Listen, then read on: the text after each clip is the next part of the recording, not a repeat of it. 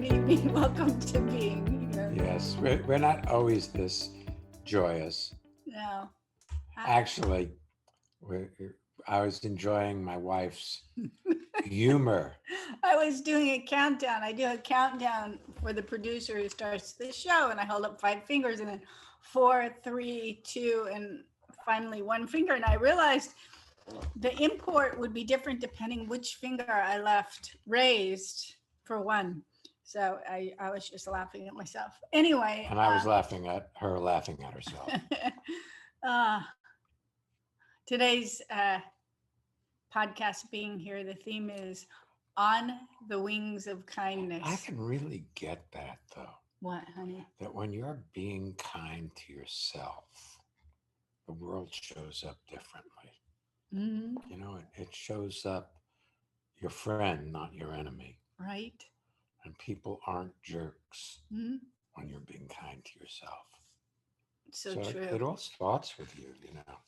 Anyway, we should probably talk about listening, which is what we do all the time, because when you truly listen, it's the access way to kindness. And it's the access way to the current moment of your life. And when you're in the current moment, kindness is a natural outflowing. Mm. Yeah. You know, we talk about relaxing into being kind to yourself. And I see it in listening. And listening sometimes is with your ears. Sometimes you use your eyes. So like when we do our Living Made Easy Zoom seminars, we're always really looking at each other. Aside from being respectful and aside from it pulling you into the moment, it also... You know, it's funny. You say, aside from it pulling you into the moment, that is one of the more profound things in life, is getting into the current moment of your life, actually being there for your life. And if something as simple as listening can pull you into the current moment, well, you've got an amazing tool for well-being. So true. So true. But I was thinking that sometimes listening includes your physicality.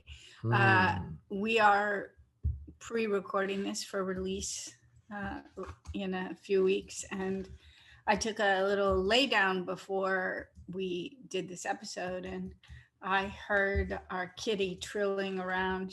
She rarely meows or yowls. She just has kind of a trilling sound as she moves around, and she jumped up near me, and I was laying on my side, and she put her front legs over my body, and I thought, I was listening to the idea that she might really like to lay with me. So I asked her, I said, would you like me to lay on my back? And I laid on my back. Did she trill for you? She did not, but she did crawl up and lay down purring.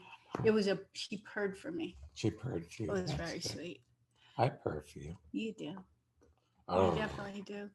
Is that a purr or a growl? Oh, either works. Anyway. So we have a guest. Yeah, let's take her. I know there are different transformational ideas we can talk about, but being here is transformational enough. Hi, Judy.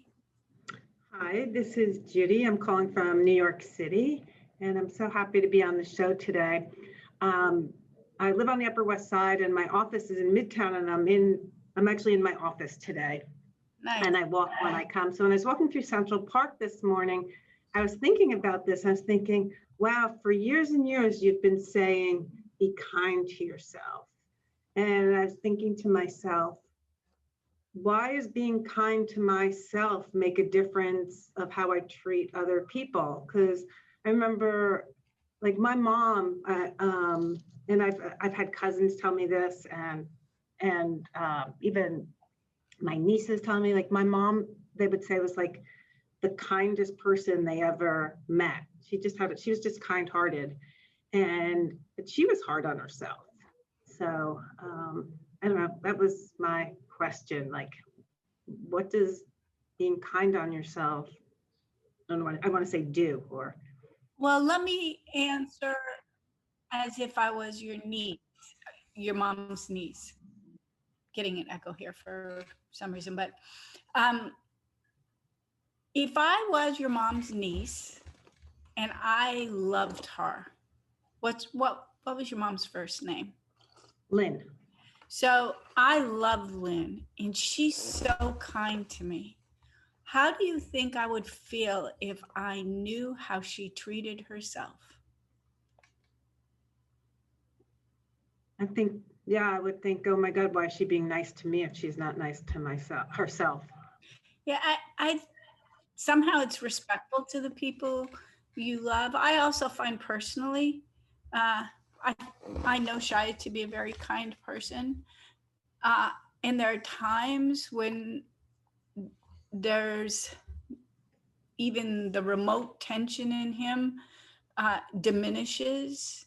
And then if I do anything I might consider a mistake, like drop a glass and it shatters on the floor, his way of being with me is so relaxed that it's easy for me to relax with myself.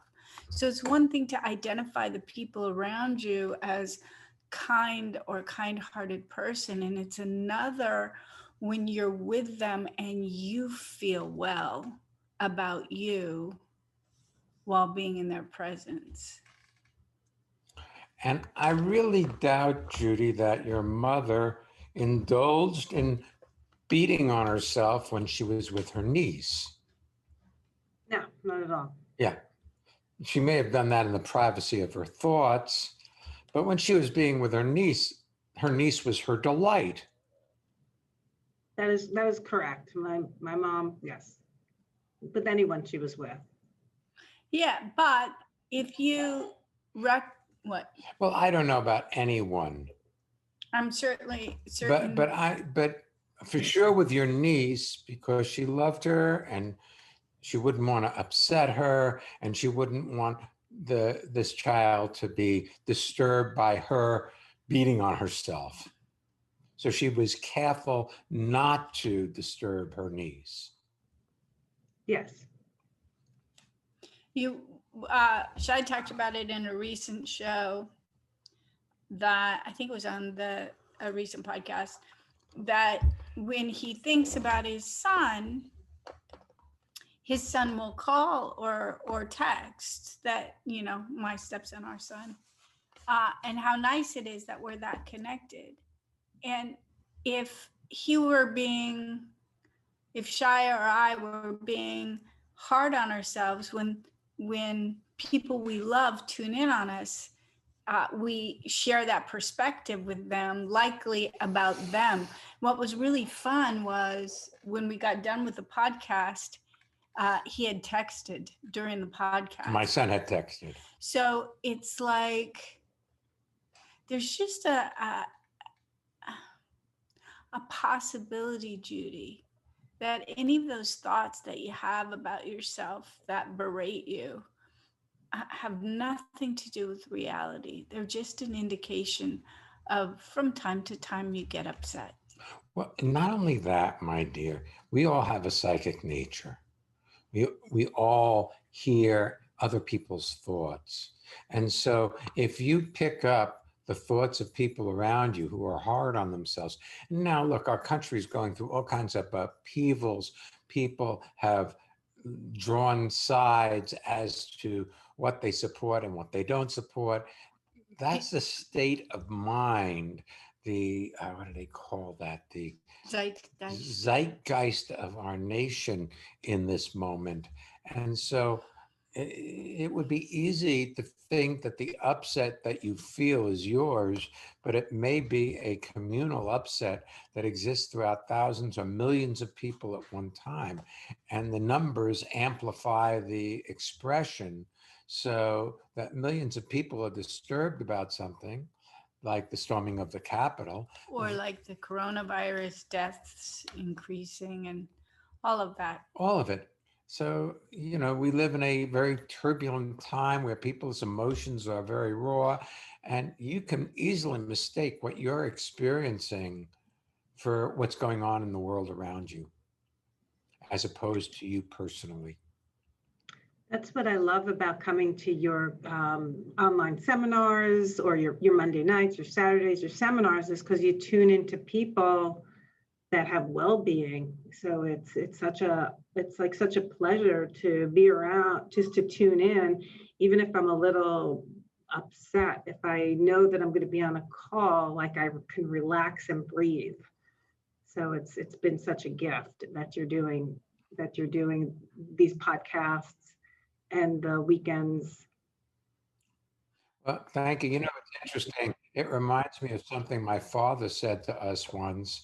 He came to a Monday evening group in New York City when we were doing our seminars down at the AT&T building down south of Canal Street.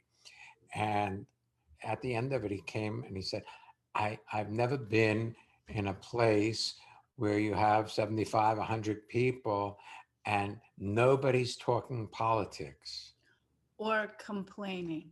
or complaining. Oh, sweet. So, you know, It's a possibility. your life can be magical. It is if you let it. You know, the old stories you have about yourself are just that, old stories. And they really have no weight in the universe unless you empower them and make them real. I know we took the title for this podcast from a type of poem article I'd written. And one of I'm just flashed on one of the stanzas, or one of the pieces of it was, have you been hard on yourself today? Do you think you can be kind to yourself about that? Because often if somebody gets disturbed or stirred up and they have a thought that goes through that has a bite to it, then it's like, oh my goodness, I shouldn't have done that. I shouldn't have said that. I shouldn't have thought that. And it becomes a cycle that compounds itself. Rather than being kind to yourself, post thinking something that about you, or using your name like a curse. I don't know if you've ever done that, but I have done something and gone, Ariel, like, ugh. And it's so funny to see. You're laughing because Peter Gurinsky, right? We were in Costa Rica one year and we went fishing and we had hired a guide and we were fishing on the Rio Nino River for a fish called machaca. The first white people to go down this river, and it was a really tough type of fish to hook. And because they're so fast that they hit and they're gone in an instant. And every time I missed one, the guy went, oh, Ariel, Ariel. And it stuck. It did. It stuck. It stuck. And this is maybe 15 years ago. Yeah. And it may be that long. It might be. Because it was pre Sueño Azul. Yep. So it was wild. But it stuck. That. So I have that cadence. If I want to berate me, I know how to do it. You know, it's a little easier to do with a heart, like Tom or Tim or Ted or Dave, or you can kind of like with a harder sound. It's a little tougher with starting with but it can be done. This is awesome. Thank you. Thanks for being with us today, Judy. Mm-hmm. It's really cute. Hey, before we let her go, you may not recall, but the moment you saw her when we were getting ready to record, you had a thought about her. And I asked you if you wanted to save it for. It was a ways back. It came and it went, but I get the sense of what you're talking about. I had see, when you truly listen, you drop what you're thinking about, you forget it. So that was so long ago. But when I look at you these days, Judy, I see you, not your story about what's insufficient or not enough. And, I've known you for many years, and I am proud to be a friend of yours. Thank you. Proud to be a friend of yours, too.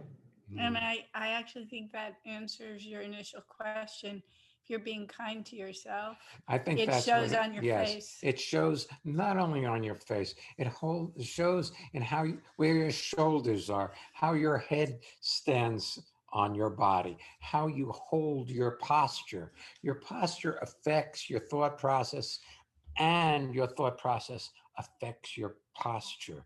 And you're just so you in this moment, and it's all okay. And that's such a win because people are so berated by their thoughts, thinking they're not doing it right, living as though this isn't it, and someday they may accomplish what they need to feel safe enough to say, I'm okay. And you're I making a statement in your being about your okayness, and I love it. I have a question for you. Do you think of yourself as a kind-hearted person? I do. I think of myself as kind. Good, good, because that's my Because you experience of are. you. And Thank you. you were talking about how you tended to your building's Christmas tree, even though you're Jewish. You made sure, and then when it started dropping its needles, you took the lights off and cleaned it up. And you were talking about how you brought gifts to your coworkers' friends just now. I just wanted to make sure you didn't miss your generosity. Thank you.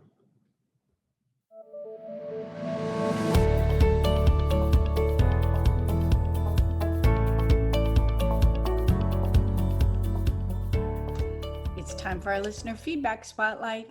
Okay, so here we go. We're going to hear from one of our listeners about how transformation has impacted her life or his life. Let's see. Yeah. And if you'd like to learn more about what we're up to, you could register for any of our upcoming virtual courses. Or sign up for our newsletter. Just visit transformationmadeeasy.com. It really is easy. It is easy if you know the way. I'm Ursula from St. Gallen, Switzerland. Before I've met the Canes, I did not have a clue that I didn't have fun in my life. When I met them and they said, you should have a bit more fun, I thought, but isn't being witty having fun? And then I suddenly dropped into the moment and got to experience what it was having fun, so that my skin was tingling, my eyes were tingling, and I even had the feeling that my hair was tingling. And that was just so new for me. So, gosh, life is so much fun if you're there for it. Do you want to have well-being with consistency? Connect with people all over the world from the comfort of your own home at Ariel and Shya's lively interactive Living Made Easy virtual seminars. Join any of their 2-hour online events or take a deep dive into the magic of being you at a virtual weekend seminar. Come on, let's connect. Find out more and register at transformationmadeeasy.com.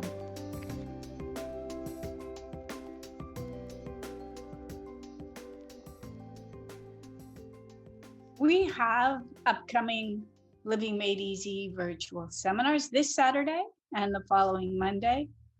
And then the following weekend, February 27th and 28th, we are doing a weekend course called Being Moved by Life.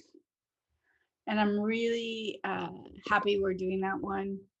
We came up with it because we're discovering that every moment is an opportunity for being moved by life and everything in it.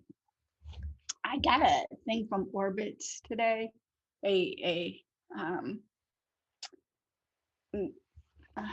is a travel agency. We got an email and it said, need a change of scenery. And I thought, no, the scenery around here is just fine. Well, thank you. Yeah. Well, because you're in it, right? So. Well, you were looking at me when you said that, so I felt very Yeah, you know, prior to the pandemic, Shia and I traveled a lot, and of course, We've flown on United more than 1 million miles. yeah, we're probably, yeah, Each of us. and but that doesn't even account for other airlines that we've been on. There And I was that have while when we were flying Garuda Airlines to Bali, Indonesia. A lot. a lot. That's So, halfway around the world. so I've really been enjoying being at where I home. am, and just not rushing to get anywhere. So without rushing to get anywhere, should we take our next guest? Yes. Miss Susan, welcome to being here. Hi, Ariel and Shya. Hi. This is Susan from New York City. And Hi. hi. I know people can't see you unless we at some point release this with the video component, but you look beautiful. Thank you. I'm feeling really well. I listened to the beginning of the show with Judy. It was just lovely. I feel like I'm breathing for the first time today. So thank you. Nice. And I love the topic of this show, but I have to admit that sometimes I have the thought that it's my duty to be vigilant and hard on myself and critical of myself. Well, vigilant isn't hard on yourself. Vigilant means you are looking to see how you're doing or what you're doing to make sure that things work. So vigilance itself is not a bad thing. It's self-judgment that you attach to your vigilance, that you beat yourself up for being you. That's a little less admirable. You got it. That's accurate. And I have that sometimes married with getting things done. Yes. But I have a feeling that when you push yourself to get things done, that's when you're most likely to have unfortunate events. Because as you were saying that, I recalled right after you had gotten your bike and you were riding home at dusk for the first time. You weren't particularly used to it. You were on a hill. You were going quite fast. You got distracted by something, hence vigilance, and you ran into something and ended up hitting. I don't know what you hit with your mouth, but you ended up having to go to the hospital because your teeth got pushed in. And they were very lovely, able to fix it for you, actually quite easily. I have a feeling you were in that kind of bearing down, get it done thing on the bicycle. Life literally hit you in the face. True. And then the thing I was most impressed by was how kind you were to yourself that it had happened. I never once heard you. You know, you did say, I was going too fast. I wasn't used to it. I mean, they were all facts, but it wasn't like berating. There was no berating in it. That's true. And I have to say that's because I participate in your seminars with consistency, because that, before I met you, that was not a possibility. I thought, again, it would be my duty to be mean to myself and hard on myself and blame myself. So well, how else do you learn? I mean, that's how many of us were taught. You learn by, you know, forcefully impressing upon yourself the lessons of life. But what if you're just seeing something would be enough for it to complete itself, so you never have to do that over and over again? Because if you look, all the times you berated yourself, you ended up doing that same type of behavior again and again. The more you berate yourself for what you do, the more you do it. Yeah. Somehow you consider yourself punished, so you can do it over again. Yeah. you know, there's another kind of kindness, and that's being honest. And that's another thing I feel like you've gotten really good at. And a lot of the people, ourselves included, have learned to tell the truth. You know, when you're being dishonest about something, you cause yourself all sorts of stress. And I'm thinking about some of the people in our community who let go of relationships in the last year or two that didn't work for them, and how unkind it was or would have been to try to keep making that work.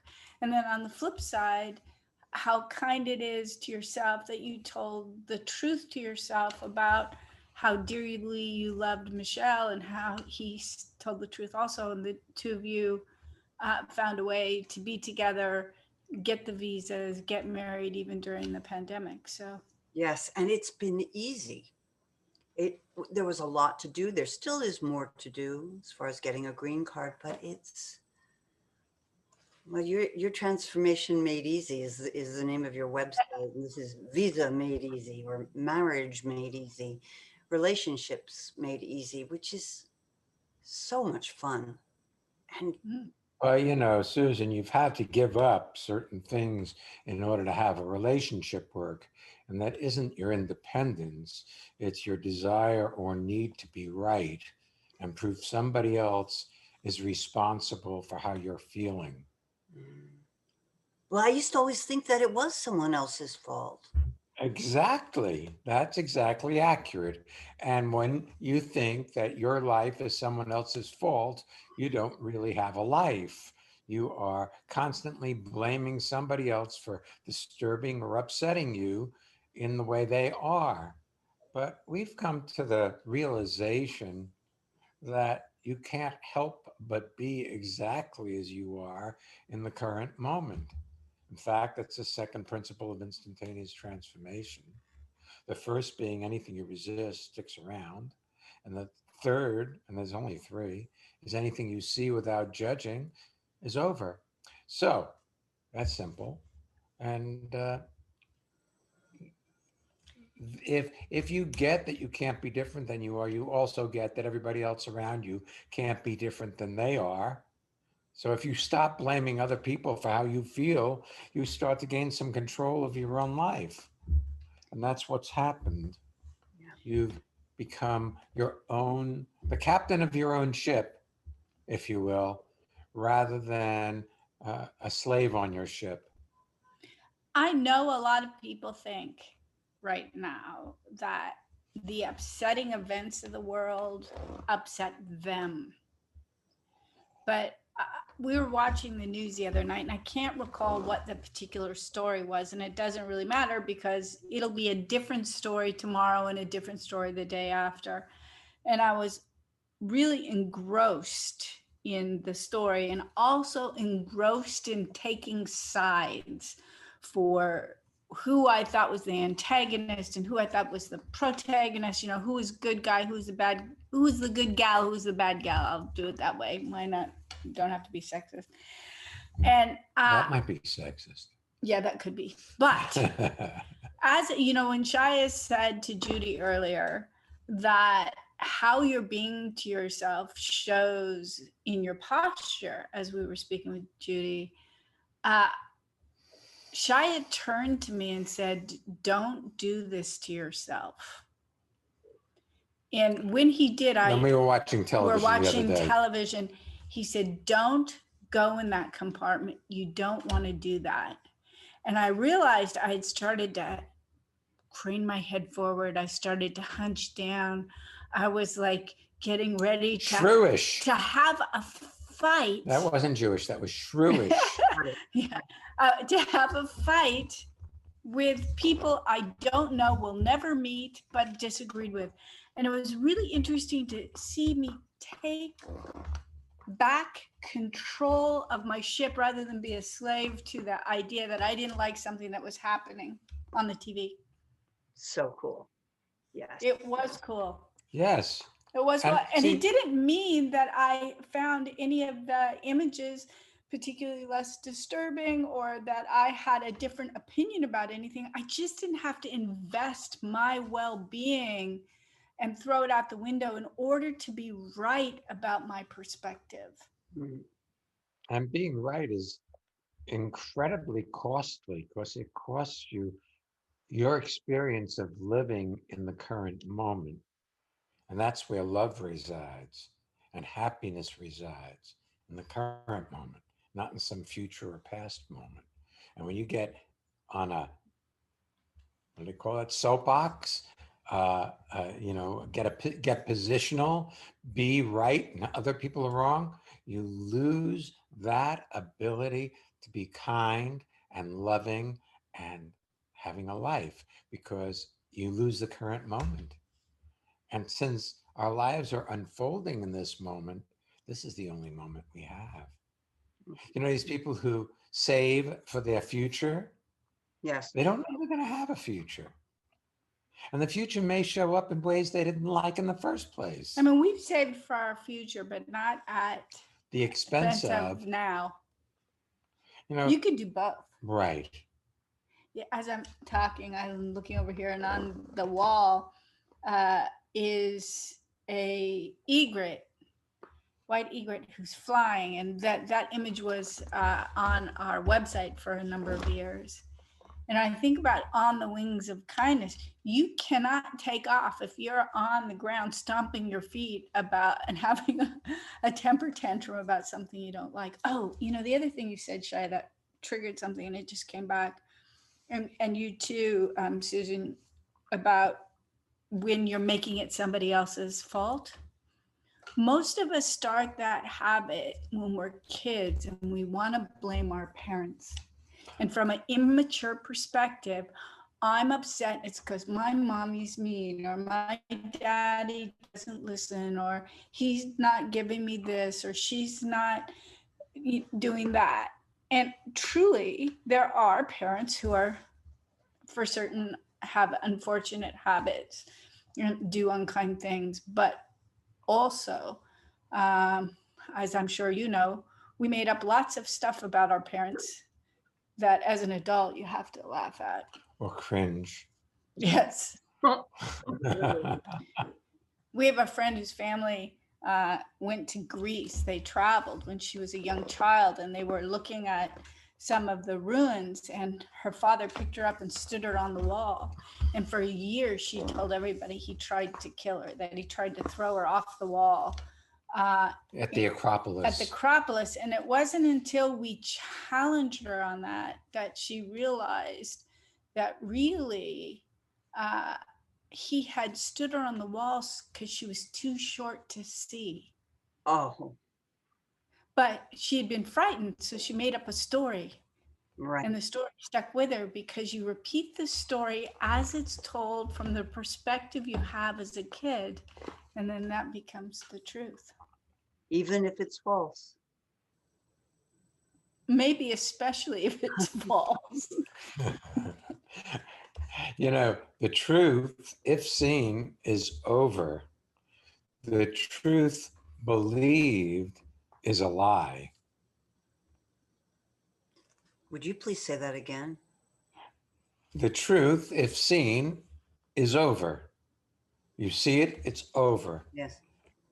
The truth believed is a lie. You're not looking to see what is. You believe you already know, and that's not what the moment is bringing. Yes. Each moment is a unique opportunity to discover your life. No matter what you're doing. Not to turn this one on you, but here's an example of that. You love Michelle, you know, your new husband. But if you believe that you love him, you don't look to see that you might in this moment be doing something that's unkind or unloving because you whitewash it with the belief that I love him. Yes. That's cool. It is cool. Do you know how many times you've said, I love you to people in your family that you really are pissed at? I've done that. Not just once. Everybody's done that. Yeah. Okay. Love you. Love you. Bye. Love you. Bye. There you go. You've done that. Yeah. Yeah. Yeah. That's cool. Well, you see it and don't judge yourself for it. The next time you say love you, bye, you might actually infuse it with the real thing. Yes. That's right. Oh, Rather than, I better say this before we get off in case you die, because I wouldn't want to have not said it. cover all my bases. That's right. Cover your bases. Hey, Susan, Thank you. It's been fun. really a treat being with you today. Delightful. Thank you. You're welcome. Thank you. You know, and bonus points for wearing almost the same color as me. I so noticed that. I got the memo that I should Well, dress. if you notice, I match with the two of you. Yeah, the three of us are in sync. Thank you. Oh, yeah. Yeah, thank you. Hey, if you want to be on being here with us, you can just go up to transformationmadeeasy.com/being here and find out how, or you could submit a listener spotlight like you heard in the middle of this show. Also, if you're not yet on our email list, I highly recommend that you sign up. There is a lot of sweet things that come out. We have blog posts, we have articles, videos, and you're invited. Again, that's at transformationmadeeasy.com. Next week's podcast, Savory Moments. You could say episode. Yep, next week. Is this an episodic? It's an episodic. We go from week to week? Do we leave them with a cliffhanger? Yes, you ready for it? We'll be back next week. So come on back and don't miss being here.